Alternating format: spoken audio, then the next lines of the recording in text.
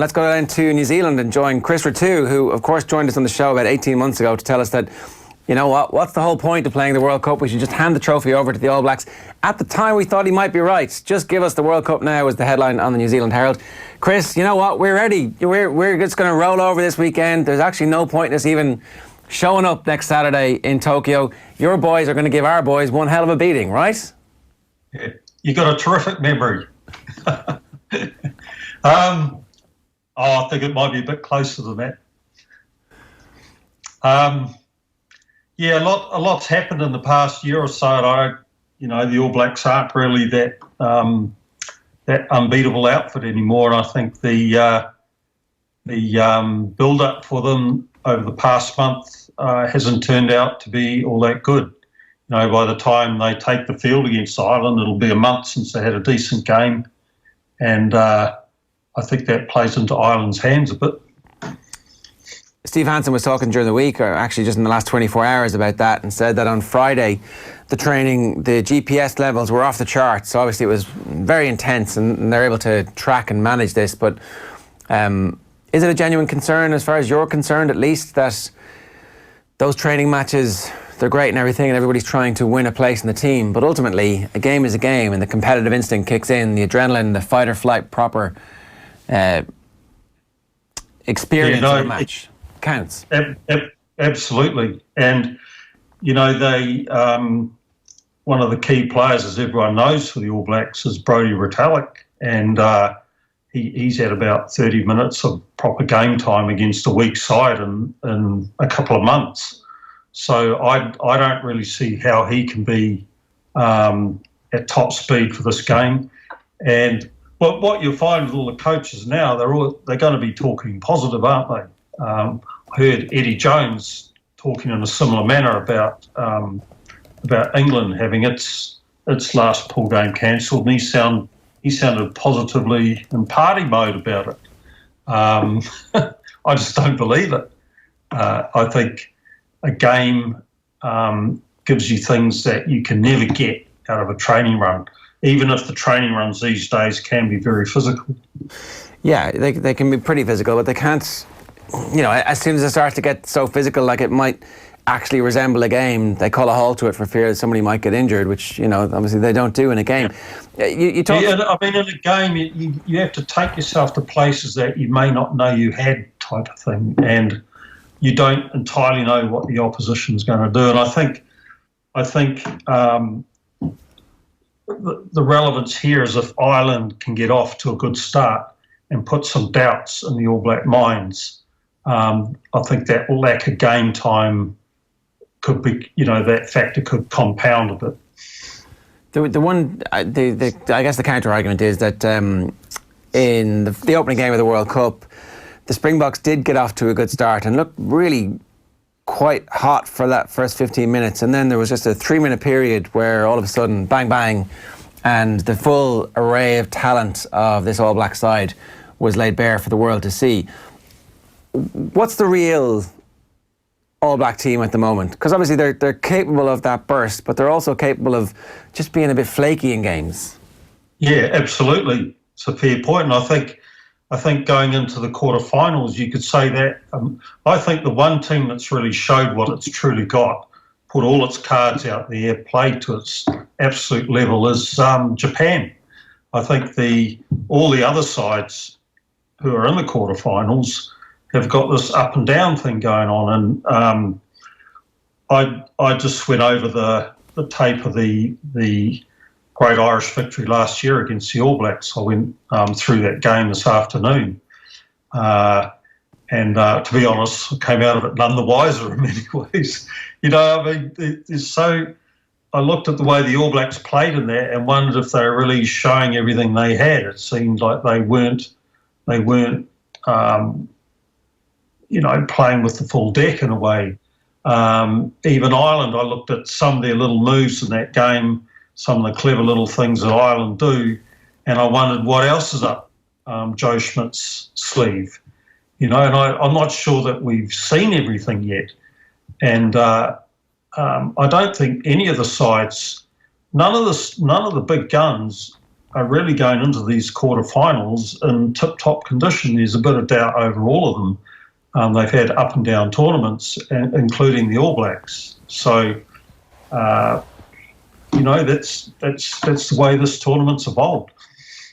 Chris, correct me if I'm wrong, but is this officially the end of the Steve Hansen era this month? Is it clear that he's definitely leaving the post and that there will be a replacement in the aftermath of the World Cup? Yes, this is the end for him, and it's been one of the great coaching eras, no doubt about it. And I think one of his great strengths is his voice still gets through to the players, and he's evolved too. And if you look at the All Black side at the moment, there are a lot of changes that have happened over the past, say, 18 months, and they can still pull these great things out of the fire, when they need to. But they're not the sure bet they once were. So, I think it's a great opportunity for Ireland. I really do. Oh, that's going to start to get us very worried. We're supposed to come in under the radar here. You're not even supposed to give us any credit whatsoever. Why have things changed so much from New Zealand's perspective? Surely 18 months ago they hit a peak, and what he's been doing is just building everything nicely so that they can arrive in the quarterfinals and the semi-finals, capable of playing in multiple ways, and the team has had a bit of a kick up the ass over the last while in matches that he doesn't really care about, because ultimately his legacy will be what happens over the next month. Yeah. Well, I think the All Blacks are slightly different from everyone else in that every test matters. That's the first thing I'd say. They've been hit. There's certain things beyond their control that they got hit with, and that's mainly injuries. They've had injuries to really very key guys like Kieran Reid, Sam Cane, Brodie Retallick.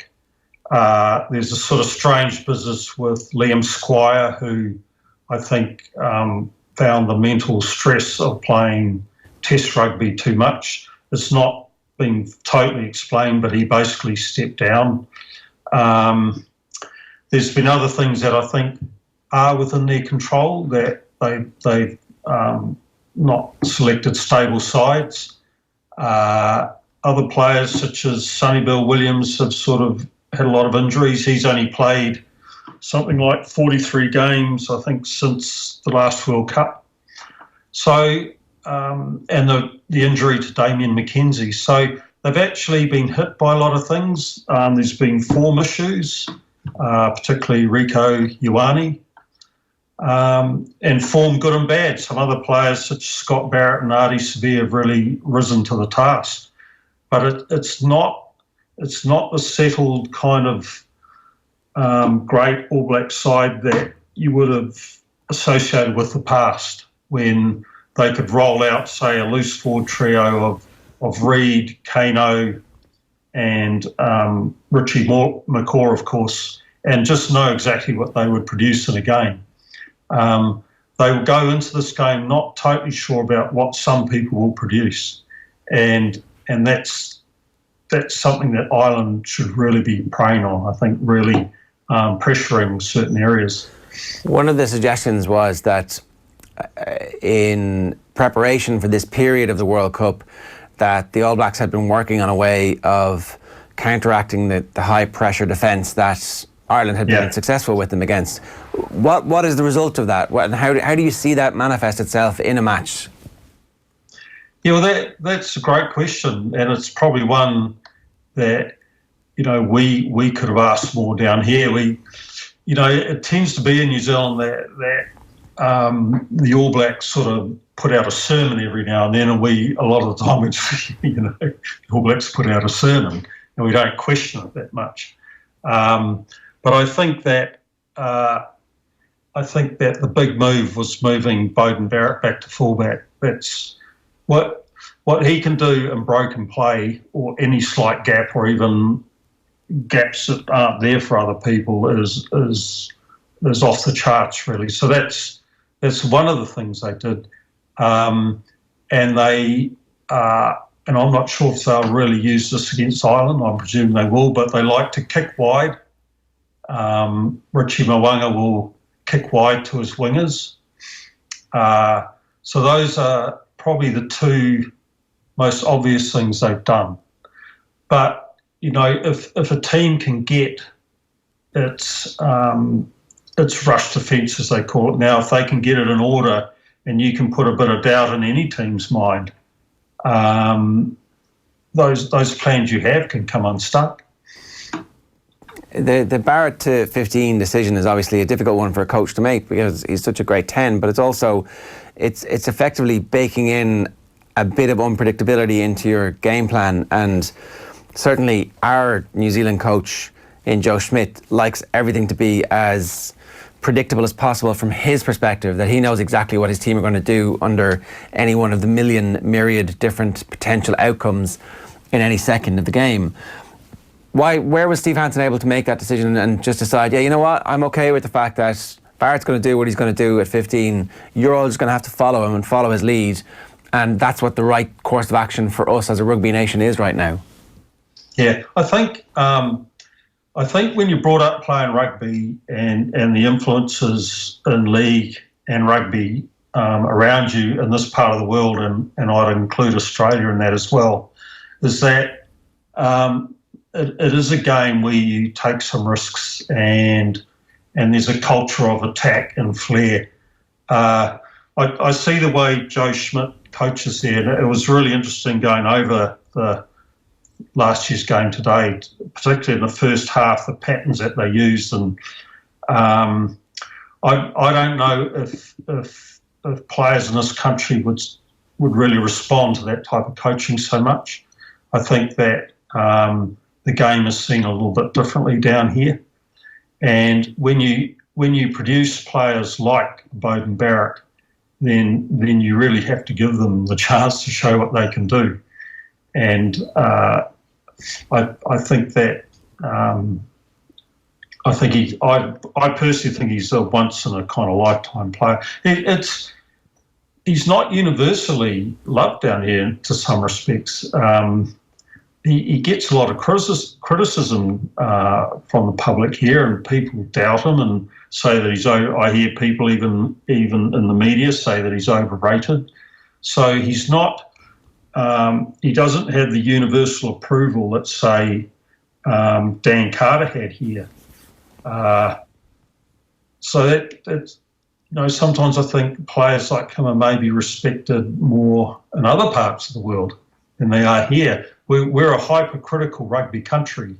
The All Blacks can win by 20 and we'll be complaining that they didn't clean out the rucks very well.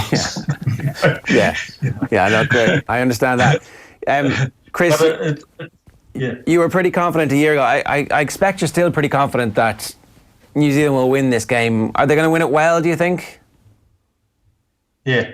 I would say this, that if the rest of the rugby world can't attack the All Blacks in their current state, and there's other factors that have changed too. Some of the props that they'll be taking into this game are rookies by international standards.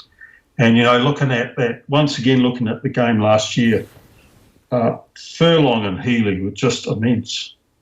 They were staggering. And I still think the big guns of world rugby, and I'm talking really Ireland, England, South Africa, but they should see the All Blacks as vulnerable in those sort of places. So I think it's an opportunity for someone else to win the World Cup here. Right. The All Blacks are the favourites. To me, they play the best brand of rugby in the world. I've got nothing but admiration for the way they can adapt within games. They were getting smashed by Ireland last year, and yet they only lost by a few points in the end. Yeah. They find ways to stay in games. They find ways to win games. But the rest of the world, the big guns and the three that I mentioned, must know that they can be taken. They can be taken here. They're not impenetrable. You can get to them, and this is the moment for one of those teams to really go out and do it and believe they can do it. Chris, great to have you with us again. Thanks a million for being so good with your time. Great to be on. Enjoy the game. All the best. Thanks a million. Thanks. You too. Take care.